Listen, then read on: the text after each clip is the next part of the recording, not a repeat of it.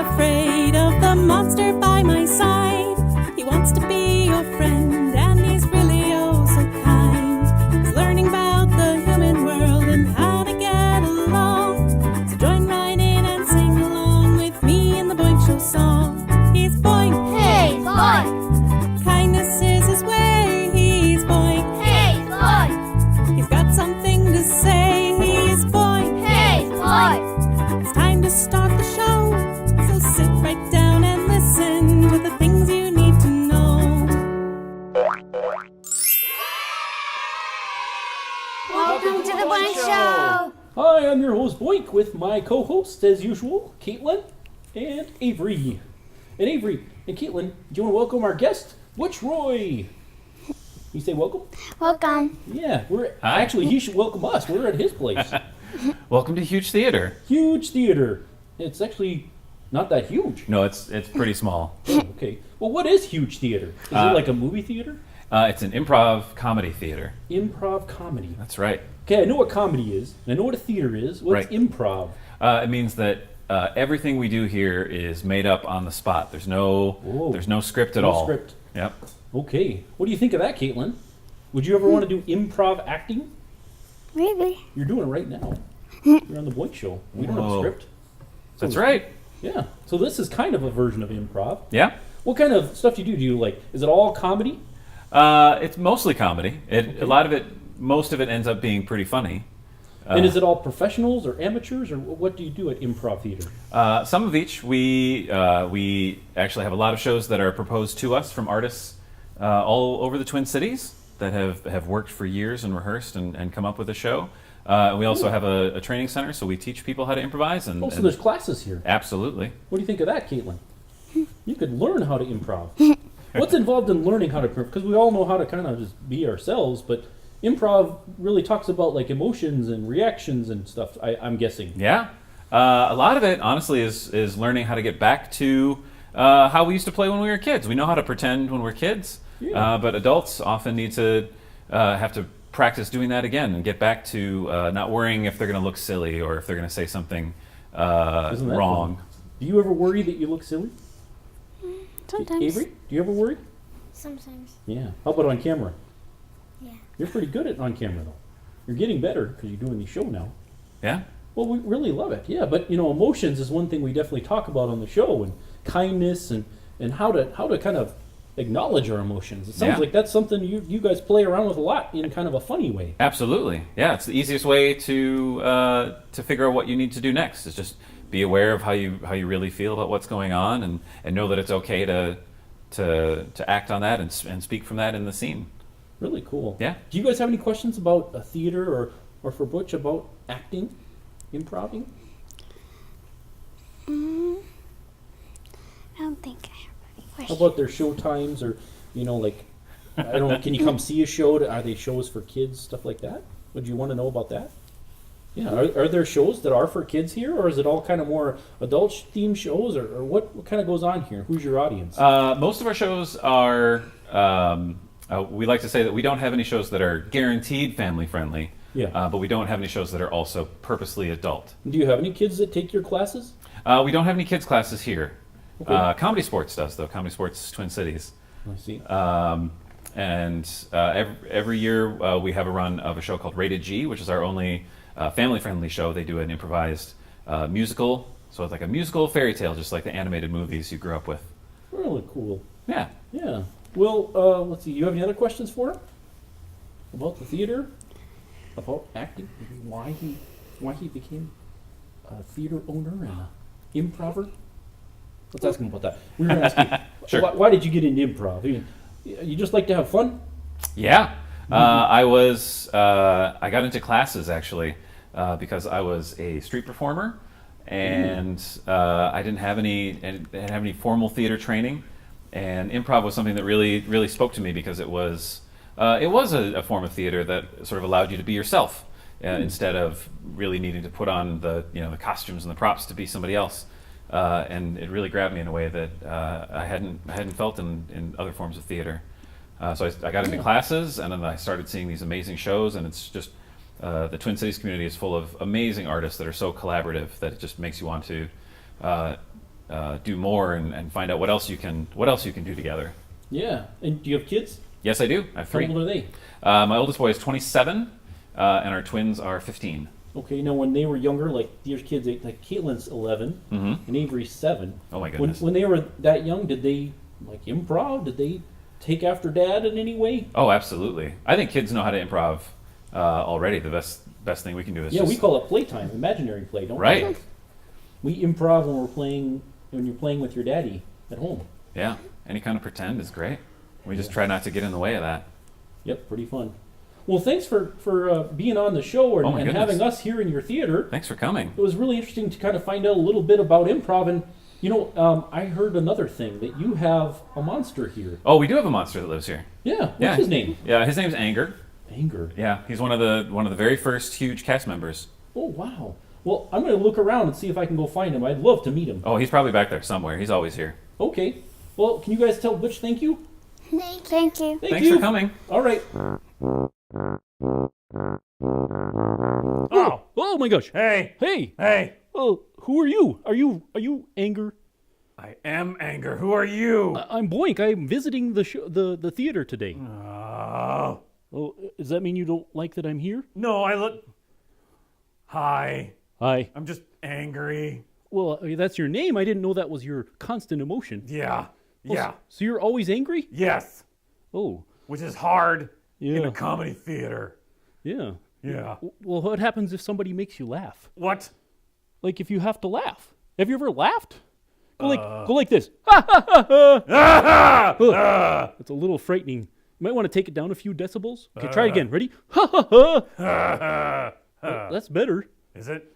Yeah. It felt Yeah. weird. Well, it's supposed to feel good if you laugh. What? Yeah, it's supposed to feel joyful. And, well, I guess you don't know what that's like. Let's see. Sometimes it's really fun to be angry in a fun way. Yeah. Have you Oh ever- yeah, for sure. Okay, show me what that looks like. Oh man. Oh, Mondays man! Oh, jeez. Mondays. Right? Yeah. Oh, Cold sandwiches. Ah! right? Yeah, tell me about it. Pickles. When my fur is matted down, I hate that. Oh, right? When you get like stuck in the rain. Oh, the rain. Yeah, that's the worst. Yeah. That's the worst. Sometimes. I mean, I like watching rain. Yeah. Then I get that all can sentimental. Be okay, I guess. Then I miss my mom. Oh. And then I get sad. Oh. Do you ever get sad? No. Just angry? Yeah. But angry sad? Maybe. Yeah. Well, just mad about things, right? Right. Okay. Well, let's see. Have you ever performed in the show? Oh, I have. Yeah. Oh, that's yeah. cool. I'm one of the original resident company members. Oh, awesome. What was the show called? It was called Kung Fu Island. Kung Fu Island. Kung Fu. You know Kung Island. Fu? I do. Can you show me without hurting me? Hua! Ha! Ha! Ha! Ya! Ha! Ha! You're really good at that. Thanks. Did you hurt anybody when you did your show? No. Good. Were you fighting bad guys or were you the bad guy? No, it was all pretend. Oh, okay. Do you like to do it for real, not pretend? You don't know the difference? I don't know. Okay. I never got to do it for real. I suppose. Well, I hope you don't do any kung fu to any nice people. You gotta be kind, right? Do you know what kindness is? Yeah, I know what kindness is. Oh, sorry. I can be angry and still kind, Of course you can. Yeah. That's a good lesson for people out there. I guess. Like you can be mad about something, but still be nice to people. Right. I am. I'm so mad, but I'm still nice. Yeah. Yeah. Well, sometimes I'm too happy, and I'm still nice. Oh. But that's good. Well, it was really nice to meet you, Anger. Yeah, I guess if you have to meet people. That's right. Well, I'm gonna head back out. I think Kaitlyn and Avery are waiting for me. Okay. Okay. Well, good to see you. Maybe I'll come visit you again. Maybe. That wouldn't make you too angry, would it? Maybe. Okay. We'll take our chances. All right. Bye. Bye.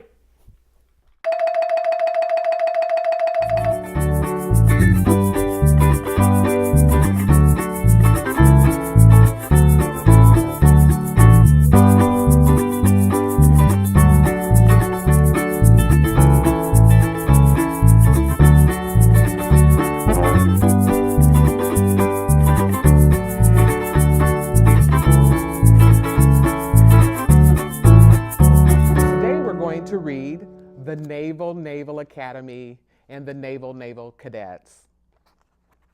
Norman Citrus Naval was as excited as he could be because all of his recruits had finally arrived at the Naval Academy.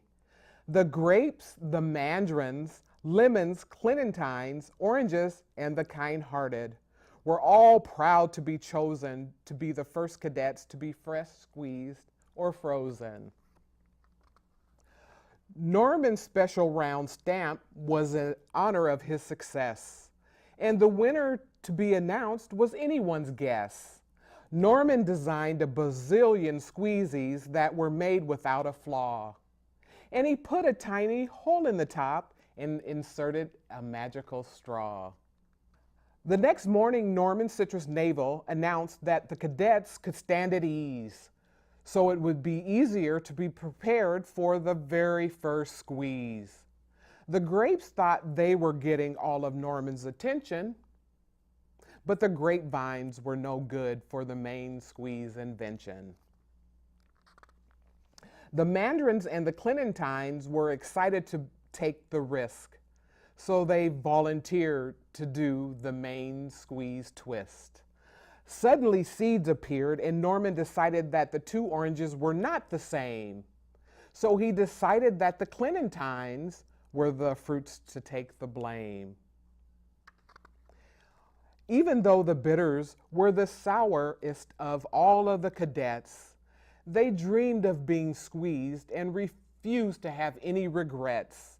Norman tasted the juice and suddenly he made a sour face. And soon he decided that the bitters would earn last place. He made the selections for the fruit that made him smile, even though he had to squeeze all the cadets for quite a while. Ladies and gentlemen, and fruits alike, I am glad you are all here. I have decided to give you all a special label marked Naval Cadets of the Year.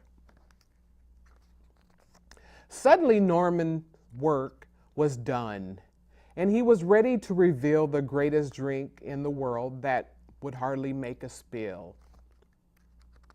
He put the juice into the little squeezies and attached a straw made to sip. Indeed, it was impossible for the juice to make any little drip. Orange marmalade had already won the frozen juice parade, and she was sure that she'd be a perfect beverage that would be labeled ready-made. Yippee, yippee, Norman cried when he saw the gallon of orange juice marmalade supplied. The end. What goes ha-ha thunk? A monster laughing its head off. Everybody at the Boink Show, thanks for having me on. This is my joke. There were two cows on the field, and one cow said to the other, "Have you heard about the mad cow disease?" And the other cow said, "Yes, it makes me glad that I'm a penguin." What kind of medicine does Dracula take?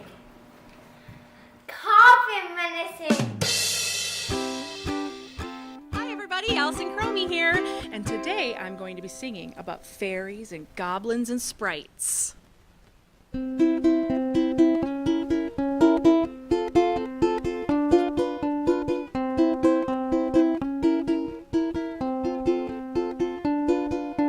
Fairies and goblins and pixies and sprites went on a journey one cold winter's night. The wood woman led them, for she knew the way. Her whispers would guide them if they were to stray. Agnes the goblin could be quite the sight, a sack on her back that goes clank in the night. The pixies are playful and skip all about. They like to play tricks, so you have to watch out. When the fae dance round the fire burning, hear that sound down at the Solstice Ball.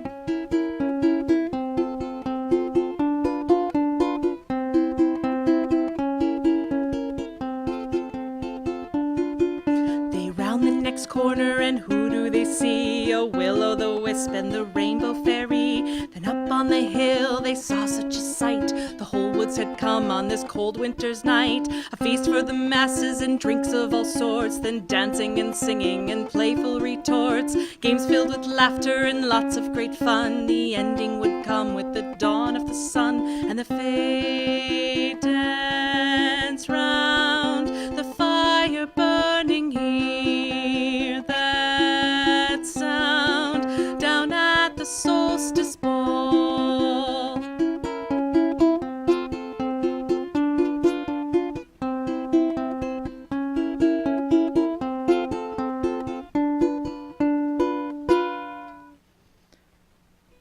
Then in the distance a sliver of light signaled the end of this longest of nights. Back to their homes all the fairies must go, to the hovels and groves and their shadows below. And though you can't see them, just know that they're near. If you listen closely, sometimes you can hear when the fae dance round the fire burning. Hear that sound down at the Solstice Ball.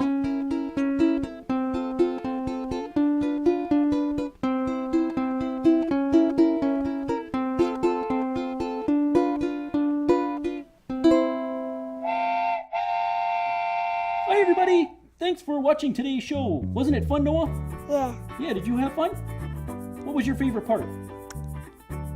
the TV. Oh, being on TV? Yeah, I love that too. Well, we'll see you next time. Keep watching The Boink Show, and we'll keep putting them out. Bye! Wait, bye-bye. Bye!